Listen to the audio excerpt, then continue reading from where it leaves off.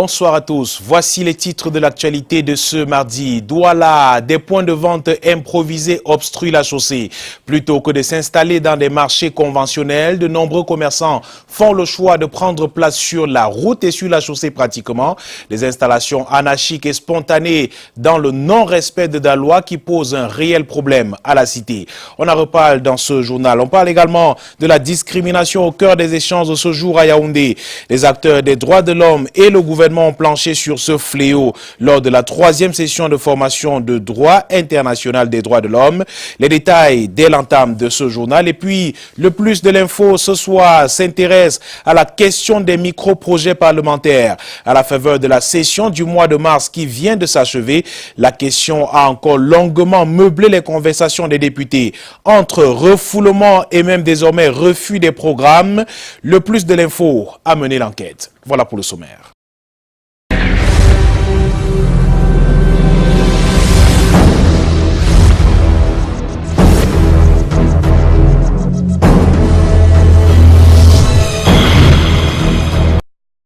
Bienvenue au 19h50. Ouvrons cette session d'information par la ville de Yaoundé où on parle de cette réunion ce jour sur des questions de droits de l'homme. Elle s'est tenue à l'Institut national des relations internationales du Cameroun. Bonsoir, Rodrigue Tonguer.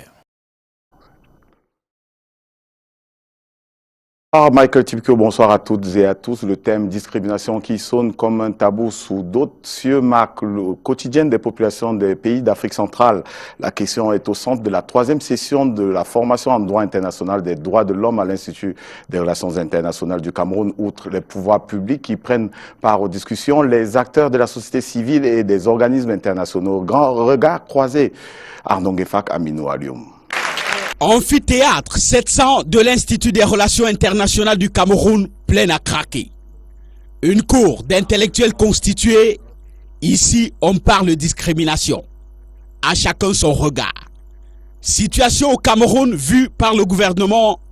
Tambour de sainteté sur tous les domaines explorés ou presque. Et ça se dit là de bouche. Au niveau du sexe, au niveau des couches socio-professionnelles, au niveau des religions, au niveau des régions, des ethnies et des langues, il n'y a aucune discrimination, comme chacun a le loisir de le constater. Quand le regard passe du gouvernement camerounais aux acteurs de défense des droits de l'homme, la situation s'assombrit. Nous constatons toujours qu'il y a la discrimination basée sur le genre, basée sur la couleur de la peau, basée sur l'handicap, basée sur la maladie.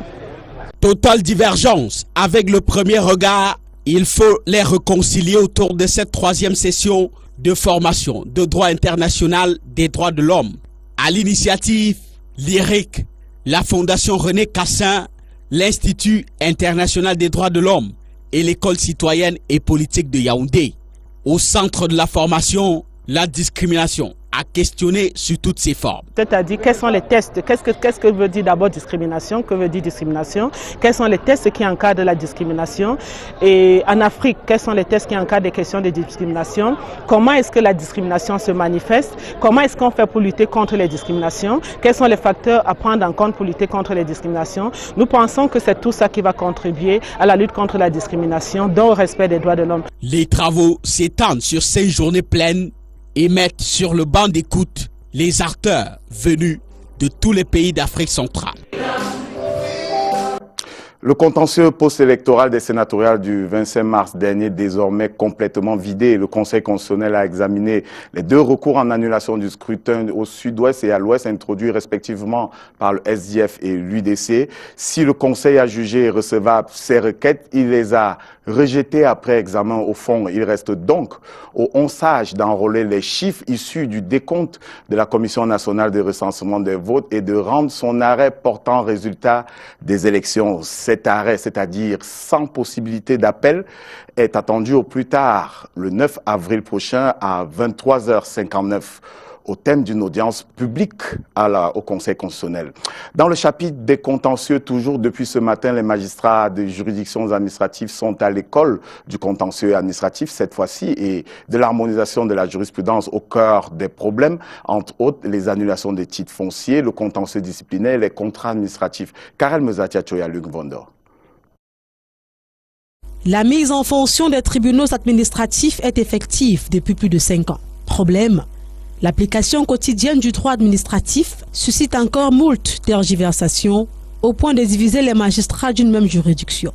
Conséquence, une jurisprudence instable, variable d'un tribunal administratif à un autre, sans rapport avec la position de la Cour suprême et du coup, la sécurité judiciaire est en danger. Pour améliorer la qualité de justice dans notre pays, les magistrats des 10 régions du Cameroun se concertent à Yaoundé. Il s'agit d'harmoniser les positions jurisprudentielles entre les juridictions administratives inférieures et la haute juridiction, c'est-à-dire les tribunaux administratifs et la chambre administrative de la Cour suprême.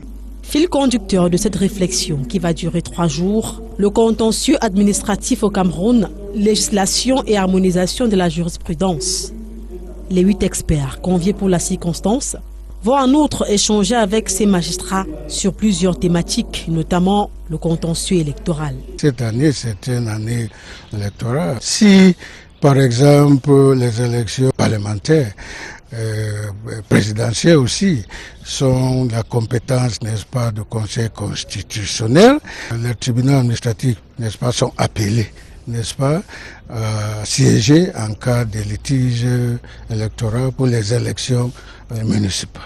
C'est la représentante du ministre d'État, ministre de la Justice, garde des Sceaux, Ebela Marinoa, directeur des affaires générales au sein de ce département, qui préside les travaux.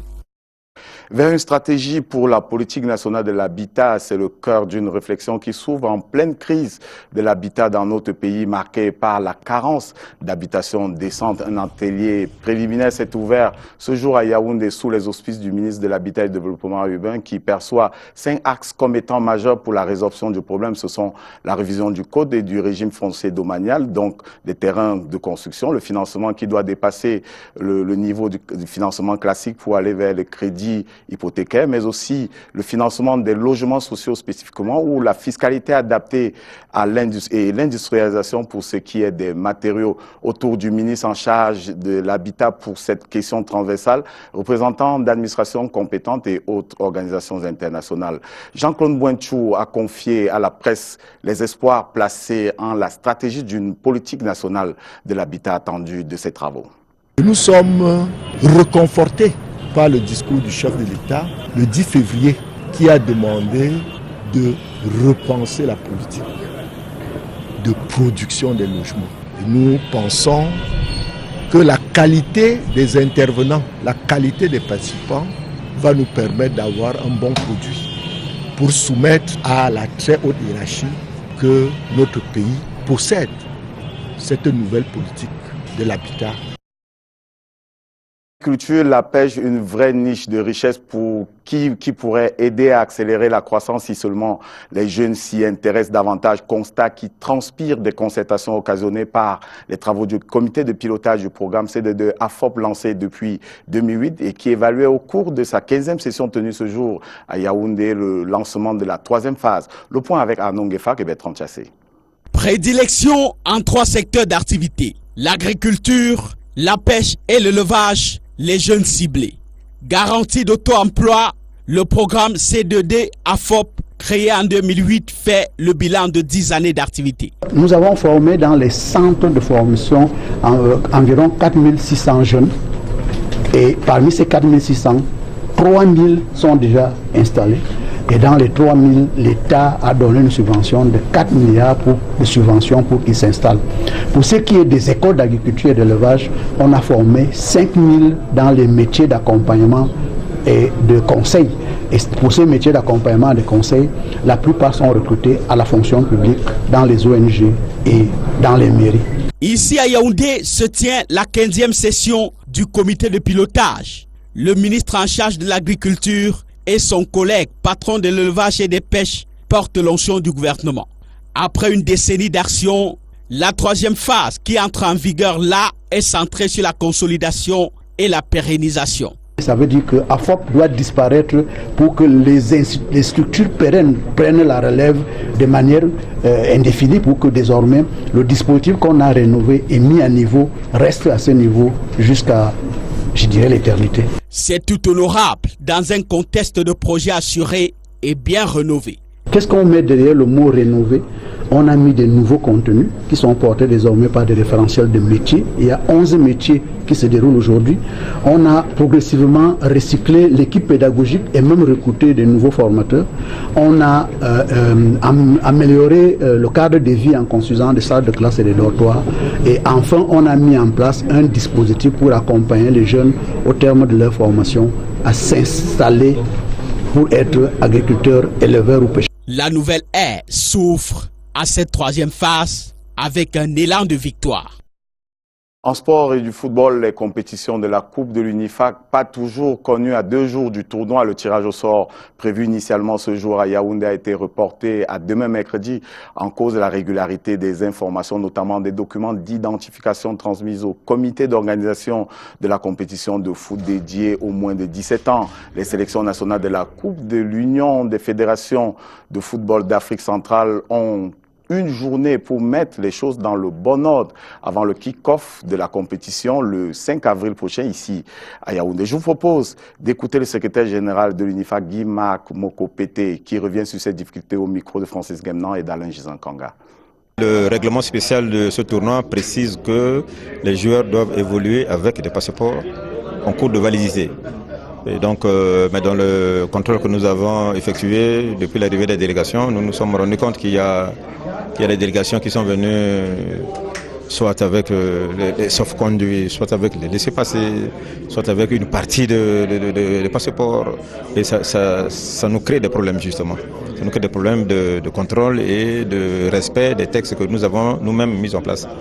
Et c'est pourquoi nous nous sommes dit, bon, au lieu d'éliminer déjà les clubs, enfin ces sélections-là, de sitôt, on dit bon, mais on leur donne les quelques heures, jusqu'à demain à 15 heures, comme l'a dit monsieur le président du comité d'organisation, pour que justement ces pays puissent se mettre en règle, parce que nous pensons que ce ne sont pas des matchs du quartier comme on le dit chez nous en Afrique. Ça, c'est une compétition internationale. Et d'autres nouvelles de l'actualité dans la suite de ce 19h50. Et la suite, c'est à Douala et donc avec vous, Michael Tipkio. Bonsoir. La suite, c'est avec les nouvelles, les pleurs des cinéphiles et anciens adeptes du cinéma Lovouri à Douala. Il y a quelques jours, le haut lieu de culture et du cinéma camerounais a été réduit en poussière. Et depuis 2009, certes, la salle était fermée, mais à la vue du bâtiment et depuis lors du nom encore inscrit au fronton jusqu'à sa destruction, il y a quelques jours seulement, les uns et les autres espéraient encore une résurrection de cette mythique salle plutôt. Que s'est-il exactement passé, que retiennent les cinéphiles du cinéma Lovouri? Entre nostalgie et espoir d'un lendemain meilleur, les voix se font entendre. Junior Ossin et Henri Chinda pour les détails. Il savait que le propriétaire s'est décidé de détruire, donc il nous a contactés pour la démolition, ce qui a été fait depuis samedi. Depuis lors, c'est cette montagne de terre et cette marée de bobines de films qui reste du cinéma Lovouri, jadis situé en plein cœur d'Akwa à Douala. La nostalgie est très douloureuse. Over les années pratiquement 67, 68, c'était ça. Moi, je n'étais pas habitant à Douala, mais je venais parfois ici à l'époque. J'ai participé à quelques séances de cinéma ici au Lovouri. Et chaque fois qu'on passait devant le bâtiment, on caressait quand même l'espoir qu'un jour, cette salle allait rouvrir. Aujourd'hui que la salle est détruite, c'est tout l'espoir qui s'estompe. Les informations que nous avons recueillies sur place nous font savoir qu'à la place du cinéma détruit, l'on bâtira un hôtel de luxe. Notre contrat, c'est de démolir et de vider le terrain, de mettre le terrain à nu. Question pour lui de mûrir l'idée du prochain ouvrage, qui certainement sera un gros immeuble. J'espère bien que le Lovouri détruit pour reconstruire. Sinon, vu que notre cinéma est en train de prendre du poids de la bête, ça ne pourra être que bien.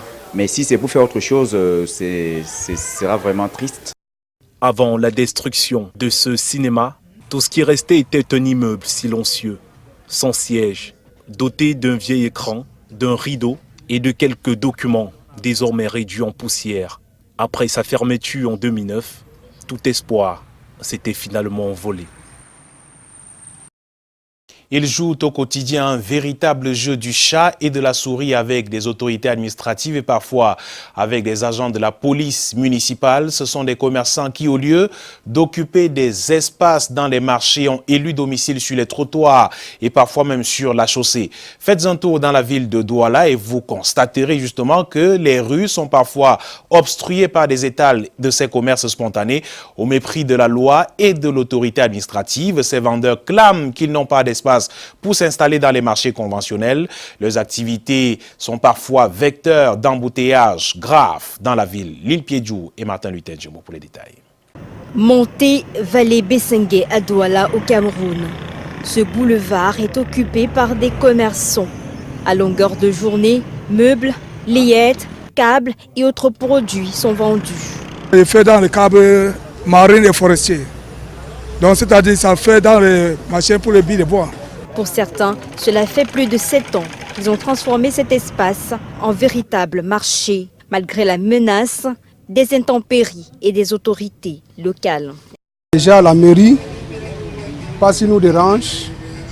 De deux, les clients ne viennent pas. La pluie nous dérange parce qu'en l'air là on n'a pas les clientèles, parce que le client ne peut pas sortir quand la pluie tombe. Ça nous dérange, ça nous freine aussi dans le business. Les marchés spontanés, c'est devenu un phénomène à la mode dans la cité économique. Ces commerçants parlent de conditions financières difficiles et la paresse de certains clients. J'estime que c'est le passage, que les gens peuvent être là en passant, ils peuvent regarder, ça les attire. Il faut au moins qu'on installe là où les gens, le monde passe pour essayer d'attirer l'attention là-dessus. Il faut qu'on expose au moins comme ça pour qu'on sache que quelque part là-bas, on fait ces choses-là de ce côté. On est resté ici parce qu'il faut qu'on fasse le business, il faut qu'on essaie de nourrir la famille. Ont-ils seulement l'autorisation d'occupation d'un tel espace pour exercer leurs activités? Là est toute la question. Des élèves et enseignants du lycée bilingue d'Ambam sans abri depuis quelques jours. L'orage qui a eu lieu dans cette localité a provoqué la destruction totale de la toiture sur tout un bâtiment de 6 salles de classe. Problème, c'est dans ce cadre que doivent se tenir les examens de fin d'année qui pointent à l'horizon. L'ampleur des dégâts ne laisse pas présager des solutions dans un avenir proche. Et pour l'instant, les élèves et dirigeants sont dans le désarroi. Monique Naossi-Fosso et Narcisse Enama. Les classes de 5e, 4e et 2e du lycée bilingue d'Ambam sont sans toiture depuis la nuit de vendredi 30 mars. Une pluie orageuse a été sans pitié pour ces bâtiments qui viennent d'abriter les dernières élections sénatoriales et qui dans les prochains mois accueilleront les candidats aux examens de BEPC probatoire et baccalauréat à Ambam. Face à l'importance des dégâts, les responsables sont sans voix. Du lycée bilingue d'Ambam, et tout d'un coup, on a subi un bruit. Nous étions encore en plein conseil de classe de fin de trimestre. Et c'est ainsi que, lorsque on sort des bureaux, on se rend compte qu'un bâtiment de 6 salles de classe a perdu totalement sa toiture. À l'heure actuelle, l'impact est très grave parce qu'il s'agit là de 6 salles de classe qui abritent les classes de 3 classes de 5e, une classe de 4e et 2 classes de 2e. Et avec un total de 384 élèves. Ce qu'il faut reconnaître, c'est que les dégâts sont très très importants. La reprise des classes, c'est officiellement le 16 avril prochain. Si rien n'est fait d'ici là, les occupants habituels prendront les cours à l'air libre. Une source de déconcentration, notamment pour ceux qui préparent les examens de fin d'année. Ici, une main est tendue en direction des élites intérieures et extérieures du département de la vallée du Thème afin de sauver l'année scolaire de ses enfants. Un chiffre à présent, un chiffre qui peut paraître étonnant. Saviez-vous que le Cameroun figure parmi les 10 premiers pays consommateurs de champagne au monde. Depuis plus d'une décennie, notre pays figure également parmi les plus gros importateurs de ce produit. Le revenu minimum par habitant ne dépassant pas les 36 000 francs CFA. Comment comprendre cet attrait des Camerounais à cet alcool? Psychosociologue et responsable d'association des consommateurs trouve des raisons socio-culturelles pour expliquer ce phénomène. Jean-Christian Akam est allé à leur rencontre. Selon le comité interprofessionnel du vin de Champagne, entre 150 000 et 250 000 bouteilles de champagne sont expédiées au Cameroun chaque année. Et depuis plusieurs années aussi, le Cameroun figure parmi les 10 premiers consommateurs de ce produit au monde. Comment comprendre ce phénomène? Les champagnes, comme les belles voitures, comme les belles maisons, comme des accoutrements de luxe, font partie d'un ensemble d'ingrédients qui extériorisent la fierté de l'individu. Les cérémonies officielles et privées qui gagnent de la valeur ne sont-elles pas celles qui sont arrosées de champagne? Cela va rentrer, si vous le constatez très bien, dans la logique de la montée d'une certaine classe sociale très dominante, dont les revenus sont à la limite extravagants. Et la classe moyenne qui consomme du champagne, c'est la classe aisée. C'est-à-dire la classe moyenne qui ont assez une source de revenus et qui peut-être n'ont plus rien à gagner. S'agit-il d'un mimétisme, d'un fait de mode ou d'un voyeurisme de mauvais aloi? Toujours est-il que le champagne s'apparente aujourd'hui à un instrument de domination. Vous et moi allons être d'accord que pour ceux qui gagnent honnêtement leur vie, ils ne peuvent pas s'offrir une bouteille de champagne tous les jours. Au cours d'une cérémonie, vous pouvez prendre un demi-verre de champagne, un verre autour. Il ne faut pas en boire une bouteille, il ne faut pas en consommer une bouteille pour qu'on dise que oui, il a gagné au pari, et ainsi de suite. Ce n'est pas ça. Le marché camerounais des vins et spiritueux est évalué à plus de 126 milliards 750 millions de francs CFA, avec une croissance de l'ordre de 5 à 6% par an.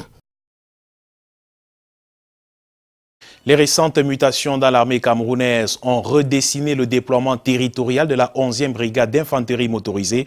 Désormais consacrée à la partie sud, le bataillon du régiment d'infanterie motorisée aura en plus de la sécurisation des projets structurants, faute à faire au niveau des frontières. Les nouveaux chefs du BRIM ont reçu la mission d'être des verrous sécuritaires de la partie sud de Cameroun. Ambroise Foguet nous livre des détails. Coup d'honneur du bataillon d'infanterie motorisée à Ibolova. Des pas de grand jour, moments exceptionnels pour deux valeureux officiers de l'armée camerounaise. Le chef de bataillon, Jean-Roger Oye, puis le lieutenant-colonel Djamo Aman, désormais aux commandes, respectivement au 11e bataillon de commandement et de soutien et au 11e bataillon d'infanterie motorisée. À mon commandement. Nous sommes dans le bouclier sud du dispositif sécuritaire camerounais.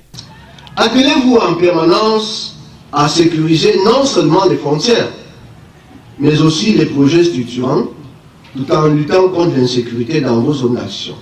De mettre un accent particulier sur l'instruction et le maintien en condition opérationnelle des personnels, car de par sa spécificité, la 11e brigade est une formation dont l'importance et la sensibilité ne sont plus à démontrer. Deux militaires aux états de service élogieux pour conduire la récente réorganisation territoriale par le chef de l'État, chef des armées, dans une région où la frontière doit bénéficier d'un filet sécuritaire au maïs solide. Rien ne doit se passer au sud et nous sommes le verrou. La 11e brigade d'infanterie motorisée nous a donné des recommandations, à savoir rehausser le niveau de l'instruction, s'appesantir longuement sur la discipline et l'esprit d'ensemble afin de mener notre mission compte tenu des enjeux sécuritaires avec cohésion. La récente actualité à la frontière sud impose inéluctablement des hommes de poigne. Ils sont désormais aux commandes. Et en parlant d'actualité à nos frontières, hier aux alentours de 18h, on a enregistré une attaque au poste avancé du 41e bataillon d'infanterie motorisée de Sakmé par Photocol, perpétré par des combattants de la secte Boko Haram à bord d'un pick-up. Bilan provisoire, 5 soldats, parmi lesquels le lieutenant Joly Komo en image, chef justement de détachement, 3 blessés de la force multinationale mixte de Golmé venus au renfort au poste de combat complément. Et on a enregistré également un incendie qui a été engendré par ces éléments de la secte terroriste Boko Haram.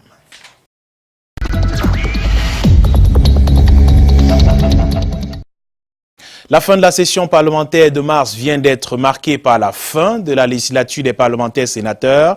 Par contre, à l'Assemblée nationale, il faudra encore attendre un peu. Prétexte pour nous ce soir d'aller à la rencontre des élus de la Chambre basse du Parlement pour en savoir davantage sur l'épineux sujet des micro-projets parlementaires. Entre doutes, refoulement et le désormais refus de ces micro-projets. Le plus de l'info ce soir questionne ces micro-projets parlementaires. C'est avec Ghislain Pierre-Essonneau, Serge Alain Ziebou et Michel Foucault. Parce que ça, les coquilles d'escargot, ce qui est important. Ce vrai faux député a beaucoup d'appétit pour le sommeil, bien qu'en scène. Veillez le député. Monsieur le député, vous avez une minute et puis vous dormez pendant 45. Sans doute, du fait du poids de la charge, non pas législative, mais sociale. Ça fait 30 ans que je suis député. Je suis partout. Je donne le riz, je donne les allumettes, je partage les pagnes. Dans des villages où il n'y a pas de route. Partout je partage. La vie du député camerounais n'en est pas si éloignée. D'ailleurs, la République a prévu pour cela de financer annuellement à hauteur de 8 millions de francs CFA les micro-projets parlementaires. Une espèce de contribution financière au développement local. Ce que l'on croyait cependant solution s'est avéré problème au fil des ans. Ces micro-projets amènent une confusion entre le rôle du député et le rôle du maire dans une circonscription. Le problème de ces micro-projets est plus un problème qu'une solution pour les députés. Que pouvez-vous faire avec 8 millions de francs CFA? Citoyens de la région de l'Ouest ou celle de l'Est, à chacun son jugement et sa soif dans cet accueil des micro-projets. Il s'avouerait que il y a quand même de petites actions qu'ils mènent, parce que c'est très insignifiant. J'aimerais qu'ils puissent continuer davantage et que le projet qu'il avait promis pour l'énergie solaire, que ça puisse se réaliser vraiment. Des images d'engins garés, des immeubles non achevés et autres chantiers abandonnés ne sont pas rares. On attend monsieur le député. Allusion faite aux 40 millions de francs CFA des micro-projets qu'il perçoit par législature. Monsieur le député va très souvent au front face aux autorités administratives et municipales locales. Et cela a fini par galvauder leur rôle naturel. Quand on regarde aujourd'hui le rôle d'un parlementaire, on se rend bien compte que c'est plus une fonction à charge, une fonction de charge que d'avantage. Ma proposition est que cet argent doit être inclus dans le budget par l'État et exécuté par le gouvernement. Un député sur 10 seulement dispose d'un cabinet parlementaire. La faute à leurs avoirs en général, car le député camerounais ordinaire a droit à 8 millions de francs CFA de crédit auto non remboursable par législature, 1,2 million de francs CFA de primes de session et 900 000 francs CFA de salaire mensuel. C'est là contre 2,6 millions de francs CFA de salaire mensuel du député ivoirien. Au-delà de ces paliers dans les avoirs, le député camerounais ne justifie pas toujours l'argent ainsi débloqué selon cet expert des questions électorales. Le postulat de départ était, comme ils n'ont pas à faire, ou alors comme on ne va pas les occuper suffisamment, il faut qu'on leur donne un peu de moyens pour aller asseoir cette logique, cette dynamique de clientélisme local à la réalité en l'air parti. Donc on n'a pas au départ une véritable volonté de voir exécuter des micro-projets. Il y a donc violence sur l'argent, mais aussi un conflit latent naissant entre le contrôleur de l'action gouvernementale, devenu lui-même maître d'œuvre et d'ouvrage des travaux publics. Un mélange de genres qui nourrit une relation incestueuse entre l'exécutif et le législatif. On met donc le député dans un tribunal finalement où les populations ont l'impression que le député reçoit beaucoup d'argent pour venir leur construire des hôpitaux, leur construire des salles de classe, équiper celles-ci en bancs et autres. Cela continue à nous maintenir dans une mission qui n'est pas la nôtre, c'est d'assistance sociale. Parce que au quotidien, le député reçoit des gens chez lui qui posent pas de problèmes en termes d'intervention, or ça c'est notre rôle, pas de problèmes en termes de doléances liées au développement de la localité, or ça c'est notre rôle, mais plutôt en termes de résolution des questions personnelles. Le financement des micro-projets parlementaires s'avère alors un cadeau empoisonné pour les élus de la nation. Et pour compenser cette oisivité souhaitée et voulue du député, on a trouvé d'autres activités qu'on devrait pouvoir lui donner qui l'obligent à être ailleurs, notamment. Manifestement, l'argent des micro-projets, les élus de la nation n'en veulent plus. Cela n'arrive pas tous les jours au Cameroun. Cette note à l'étranger, en Égypte, Abdel Fattah al-Sisi a été réélu sans surprise à la tête de l'Égypte pour un second mandat. Il a remporté la présidentielle avec 97% des voix, avec un taux de participation des électeurs à hauteur de plus de 41%. Rappelons que face à lui se trouvait Moussa Mostafa Moussa qui a obtenu 3% des voix seulement à ce scrutin.